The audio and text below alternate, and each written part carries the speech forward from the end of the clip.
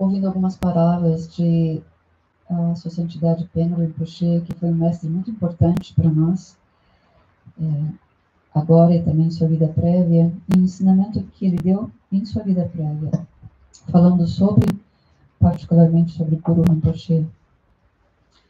Ele disse que Guru Rinpoche não deve ser visto apenas como uma figura histórica, como um indivíduo que viveu na Índia e no Tibete, mas nós devemos reconhecer a essência verdadeira de Guru Rinpoche, que antecede, ele diz mesmo a Buda Shakyamuni, esse fluxo mental iluminado, que é o fluxo mental iluminado de Guru Rinpoche, é a expressão da união de compaixão, bênçãos e sabedorias, ele diz, de incontáveis Budas, desde eras passadas, sem princípio, todos se concentrando nesse fluxo mental único que é o grande mestre Guru Padmasambhava, Guru Rinpoche.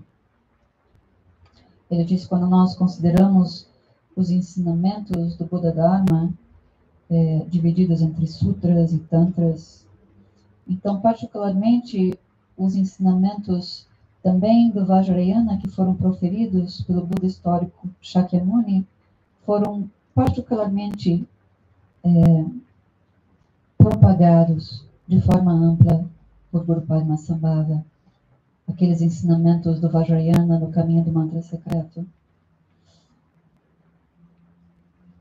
Por isso ele diz, onde quer que os ensinamentos do Vajrayana tenham sido dados no passado, estejam sendo dados no presente, ou venham a ser oferecidos por qualquer outro Buda no futuro, onde quer que um professor espiritual esteja transmitindo esses ensinamentos, a essência de Guru Rinpoche estará corporificada ali. Ele disse, em diferentes universos, em possibilidades de experiência, diferentes reinos, com nomes e formas variadas, as manifestações de Guru Rinpoche aparecem e continuarão a aparecer em número incontável.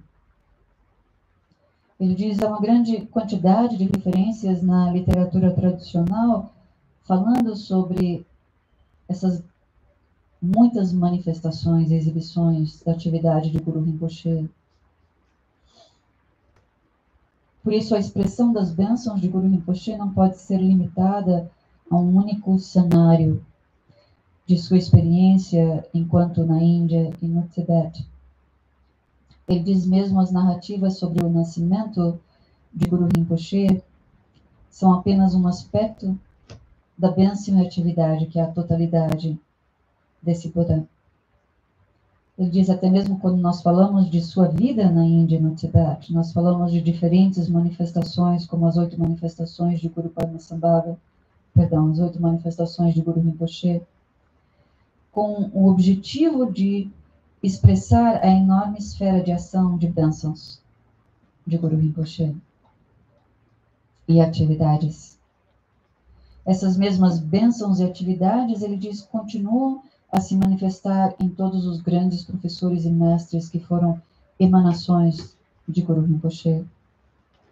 E aqui, em particular, nós lembramos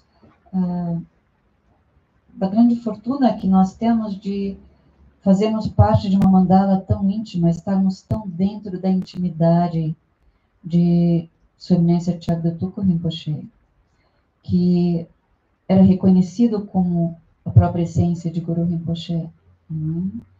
Então, quão íntima é a nossa ligação com as bênçãos de Guru Rinpoche, principalmente através de Chagdu Rinpoche, todos aqueles que vêm depois dele, que vieram antes dele. Penro Rinpoche diz, Guru Rinpoche nunca se foi, ele continua a demonstrar essa atividade, suas atividades para o benefício dos seres, tanto agora como no futuro. O terceiro giro da roda do Buda foram ensinamentos que dizem respeito à natureza definitiva da realidade, na qual encontra-se também o fundamento dos ensinamentos do Vajrayana, esse nosso caminho do mantra secreto. Contudo, em nosso tempo e espaço especificamente, foi principalmente através de Guru Rinpoche que esses ensinamentos do Vajrayana foram apresentados.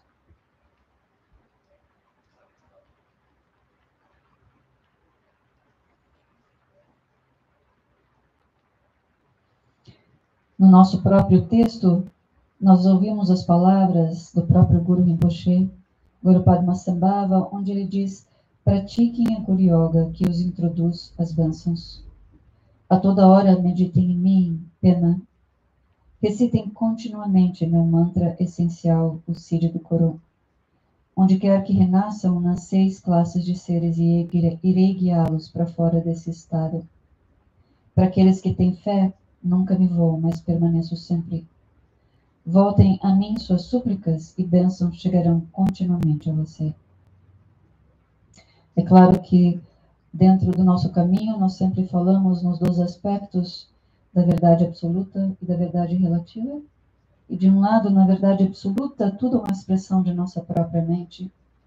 Mas no nível relativo, nosso Rinpoche dizia, as bênçãos de Guru Rinpoche também se manifestam de acordo com as necessidades de nossas confusões relativas, de nossa experiência, que é como um sonho, mas que ainda assim nós não negamos o que estamos vivendo agora. Nós sabemos que ela não tem uma verdade inerente, mas mesmo sendo um sonho, não negamos a experiência do sonho. Então, ele sempre nos lembrava a importância de reconhecermos que Guru Rinpoche, particularmente, teve a inspiração de beneficiar seres do nosso tempo, do tempo de degenerescência. Ele dizia, quanto mais difíceis as coisas se tornam, quanto mais difíceis são as coisas que nós temos que encarar no nosso dia a dia, ele diz, mais próximos as bênçãos de Guru Rinpoche estarão de nós. Então, quando nós fazemos a nossa prática, nós nunca nos esquecemos disso. Nós nunca nos esquecemos do privilégio que nós temos de termos essa conexão tão íntima e direta através de um ser de total realização como o nosso Rinpoche, que corporifica plenamente as bênçãos de Guru Rinpoche.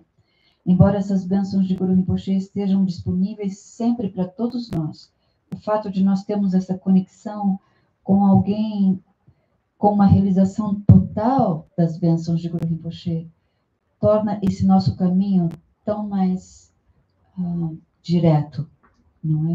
Nos ajuda a ter essa conexão de uma forma mais direta. Então, sempre que nós fazemos a prática, é importante nós nos lembrarmos de quão abençoados nós somos, em tantos níveis, não é? Existem tantas coisas do nosso dia a dia para nos preocupar, tantas coisas do nosso dia a dia que nos frustram. Então é importante nos lembrarmos tudo aquilo de grande fortuna que nós temos.